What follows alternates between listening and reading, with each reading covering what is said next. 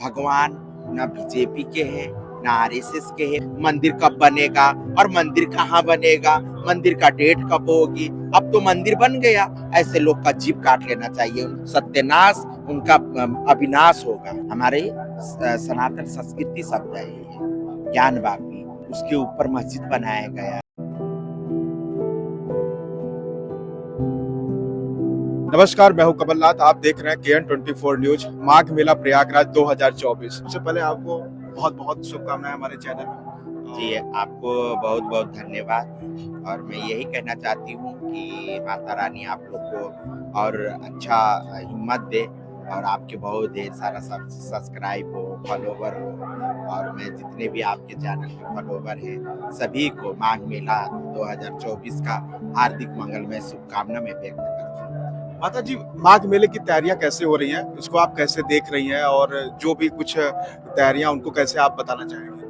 जी, माघ मेला की तैयारी बहुत ही दिव्य और भव्य तरीके से हो रही है, क्योंकि अगली 2025 में कुंभ होने वाली है। तो ये 2024 का माघ मेला को मिनी कुंभ की तरह सजाया गया है, उसी तरह यहाँ व्यवस्थित किया गया है।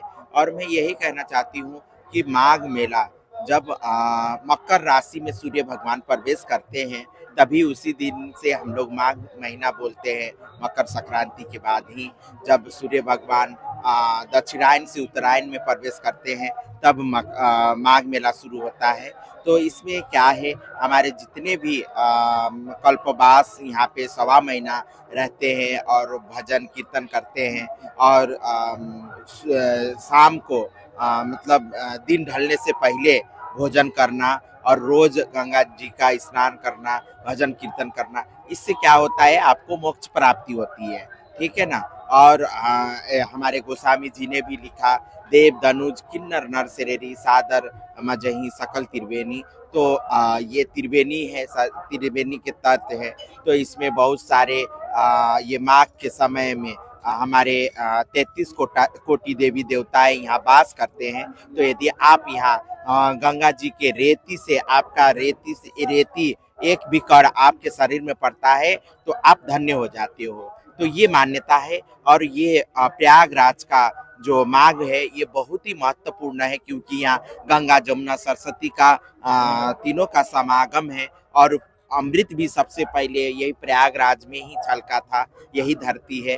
तो ये हमारे प्रयागराज के ये पवित्र धरती में बहुत सारे ऋषि मुनियों ने तप किए थे, यज्ञ करे थे। ये पवित्र धरती है। यदि इस धरती में आके आप लोग कल्पवास करते हैं तो आपको जरूर मोक्ष प्राप्ति होती है और आपके परिवार में सुख शांति बना रहे, ये मान्यता है और ये सही बात है। और इसी कारण से हमारे किन्नर समाज के भी हम लोग सब कोई आके हम लोग सवा महीना ये गंगा जी के रेती में, गंगा जी के गोदी में हम लोग कल्पवास करते हैं, भजन कीर्तन गाना गाते हैं, भजन कीर्तन करते हैं, एक टाइम भोजन करते हैं। हमारा करने का मेन उद्देश्य यही होता है कि हमारा राष्ट्र उन्नति करे, प्रगति करे और हमारे जन जन का कल्याण हो, हमारे दाता जजमान का कल्याण हो, दाता जजमान के घर में सुख शांति बना रहे। इस कामना के साथ हम लोग कल्पवास करते हैं और फिर हम लोग आज सब कोई कल्पवास कर रहे हैं और बहुत अच्छा लग रहा है। और गंगा मैया से यही कामना करती हूँ कि सभी का कल्याण हो। माता जी, एक तरफ माघ मेला है और दूसरी तरफ भगवान श्री राम का प्राण प्रतिष्ठा है। ये जो शुभ अवसर है, ये जो उत्साह है, इसको आप कैसे देख रही हैं? ये बहुत अद्भुत क्षण है। राममय हमारा भारत माता हो गई है, हमारा राष्ट्र राममय हो गए हैं। तो हम यही कहना चाहती हूँ कि 500 बरस से हमारे राम भगवान राम लाला एक टेंट की कुटिया में थे और आज उनका भव्य मंदिर बन रहा है। इसके पीछे बहुत सारे हमारे सनातनी, हमारे पूर्वजों का बलिदान है, हमारे कार सेवक भाइयों का बलिदान है, उनका खून बहा है। हमारे बहुत सारे भारत माताएं के आंचल खून से सींचा हुआ है। तो ऐसे बहुत सालों हम लोग का इंतजार प्रतीक्षा करने के, तपस्या करने के बाद राम मंदिर का निर्माण हुआ, राम मंदिर का भव्य निर्माण हुआ। और उसमें मैं प्रयागराज से मैं गई थी और मैं अपने नग्न आंखों से राम लाला का प्राण प्रतिष्ठा देख रही थी। राम लाला का जहाँ पे उनका गर्भगृह था, वहीं पे रामलला विराजमान थे। एकदम अद्भुत दृश्य था। मैं इस शब्दकोश में उसको वर्णन नहीं कर सकती हूँ, मैं बता नहीं सकती हूँ। मैं बहुत अब देखिए रोंगटा खड़ा हो रही है, सब भगवान राम का कृपा है। माता जी, जिस तरीके से ये भगवान श्री राम को राजनीतिक घेरे में लाया जा रहा है, कुछ लोग विपक्ष कर रहे हैं हमको न्योता नहीं मिला है, और इसको आप कैसे देख रही है? राजनीतिक जो दृश्य में लाया जा रहा है, क्या भगवान श्री राम बीजेपी और आरएसएस के हैं? बिल्कुल गलत है। भगवान ना बीजेपी के हैं, ना आरएसएस के हैं, भगवान राम सबका है ना? और राम आस्था है, राम हमारा सनातन धर्म का एक प्रतीक है, राम सभी जन-जन का है। मगर ये राजनीतिक नज़रिया से और ना राजनीतिक दृष्टिकोण से इंसान को नहीं देखना चाहिए, क्योंकि राम भगवान हम सभी का है, ठीक है ना? जो राजनीतिक दृष्टिकोण से देख रहे हैं, जो राजनीतिक रोटी सेक रहे हैं, वो लोग राम को बीजेपी का, आरएसएस का बता रहे हैं। मगर हमको तो लगता ही नहीं है कि राम तो सभी का है, और राम हम लोग के हृदय में बस गए हैं, और राम योगी जी के हृदय में बस गए हैं, राम मोदी जी के हृदय में बस गए हैं। और राम भगवान का इतना भव्य मंदिर आप हमारे माननीय मुख्यमंत्री, माननीय प्रधानमंत्री जी के नेतृत्व में इतना भव्य मंदिर बन रही है, तो ये सत्य का जीत है। राम राम सत्य है कहते, आज राम भगवान का इतना 500 बरस के प्रतीक्षा के बाद इतना भव्य मंदिर बन रही है, तो ये सत्य का जीत है, ये सत्य सनातन धर्म का जीत है, ये राम भगवान का जीत है, ये सभी हमारे भारतवासियों का जीत है, हम सभी सनातनियों का जीत है। तो राम को एक नजरिया से देखना नहीं चाहिए। ये जो भी राजनीति का चश्मा लगा के जो राम भगवान को देख रहे हैं, जो रोटी सेक रहे हैं, उनके विकास के बारे में बात करिए ना आप। राम भगवान की क्यों आस्था से क्यों खिलवाड़ करते हो? अब तो राम भगवान के तो जब मंदिर नहीं बन रहा था तो भी कह रहे थे कि मंदिर कब बनेगा, और मंदिर कहाँ बनेगा, मंदिर का डेट कब होगी। अब तो मंदिर बन गया, अब तो तुम्हारा राजनीति बनने के बाद कुछ लोग कह रहे हैं मंदिर की जगह अगर अस्पताल बन गया होता, तो ये जो बनने के बाद अब ये कहा जा रहा है। बहुत गलत ये नजरिया है, और ये आस्था के साथ खिलवाड़ कर रहे हैं, और इतिहास गवाह है, जो हमारे सनातन धर्म के साथ खिलवाड़ किए हैं ना, उनका पतन होना जरूरी है। ऐसे जो बोल रहे हैं, जो अस्पताल बनना चाहिए, कुछ और टिप्पणी कर रहे हैं, उनका जरूर पतन होगा। राम भगवान सबका है, राम भगवान सबको देख रहे हैं, और राम एक एक कण में बसे हुए हैं। कोई ऐसे बोलता है तो उनको मुंह तोड़ जवाब देना चाहिए, ऐसे लोग का जीभ काट लेना चाहिए, उनको शर्म आना चाहिए।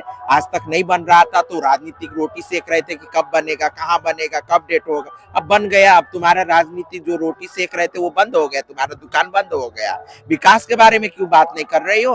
राम भगवान की वजह से अयोध्या में इतना अच्छा विकास हुआ है, और इतना दुल्हन की तरह राम भगवान अयोध्या को सजाया गया। विकास के बारे में बोलिए, वहाँ इतना अच्छा पुल बन रही है, उसके बारे में तो कोई टिप्पणी नहीं कर रहे हैं। एक राम भगवान को एक मुद्दा बना के ऐसे टिप्पणी कर रहे हैं। इनका इतिहास गवाह है, जो जो हमारे सनातन धर्म विरोधी है उनका सत्यानाश होना ही जरूरी है, और सत्यानाश होगा यदि ऐसा कोई बोल रहे हैं। आपके चैनल के माध्यम से हम कह रही हूँ कि उनका जरूर जरूर सत्यानाश, उनका अविनाश होगा। आज मुगल आया था सनातन धर्म को खत्म करने के लिए, अंग्रेज आया था सनातन धर्म को खत्म करने के लिए। आज क्या है उनका इतिहास? पीछे पलट के तो देखिए आप, कौन सनातन धर्म को खत्म कर सकता है? कोई नहीं खत्म। और सब कोई आज जो भी भारत माता के वंशज है, जो भी भारत में जो वास करते हैं और भारतवासी है, सब सनातनी है, सब राम भगवान के वंशज है। अभी वाराणसी में ज्ञान व्यापी जो मस्जिद है उसको मंदिर में तब्दील किया गया है। उसके तहखाने में भगवान शिव जी का दर्शन के लिए आरती और सब कुछ हो रहा है, उसको कैसे आप देख रहे हैं? राम ज्ञान वापी, सबसे पहले तो मस्जिद है ही नहीं है। ज्ञान वापी शब्द में देखिए, हमारे सनातन संस्कृति शब्द है ये, ज्ञान वापी, वो मंदिर ही था। वहाँ तो जबरदस्ती उसके ऊपर मस्जिद बनाया गया है, और आप सच्चे सही चीज और वास्तविक चीज सत्य सामने आ रही है। आप वहाँ के सर्वे देखिए, वहाँ चीख-चीख के कमल का फूल है, वहाँ चीख-चीख के वो दीवार बताते हैं, एक-एक दीवार में हमारे शिव भगवान का मूर्ति होना, कमल के फूल होना, त्रिशूल होना, वो नंग आँखों से आप देख सकते हो और चीख-चीख के पुकारते हैं कि हाँ, ये मंदिर था और सही में आज मंदिर हो गया। आज डिस्ट्रिक्ट कोर्ट ने वहाँ पूजा करने की इजाज़त करते हैं। तो डिस्ट्रिक्ट कोर्ट का जो भी फैसला हुआ है, मैं उसका स्वागत करती हूँ, दिल से मैं धन्यवाद कहती हूँ। और वो मंदिर मस्जिद नहीं है, वो मंदिर ही था और हम लोग गंगा मैया से जन कल्याण के ही हम कामना करती हूँ और सुबह उठ के यही हम लोग प्रार्थना करते हैं कि गंगा मैया सभी का कल्याण हो। इसी तरीके से आप देख सकते हैं खास बातचीत में कुछ हमने जो ज्ञान व्यापी मस्जिद के विषय में चर्चा किया, राम मंदिर के विषय में चर्चा किया और बताइएगा आपको वीडियो कैसा लगा। तब तक आप देख रहे थे KN24 न्यूज। धन्यवाद।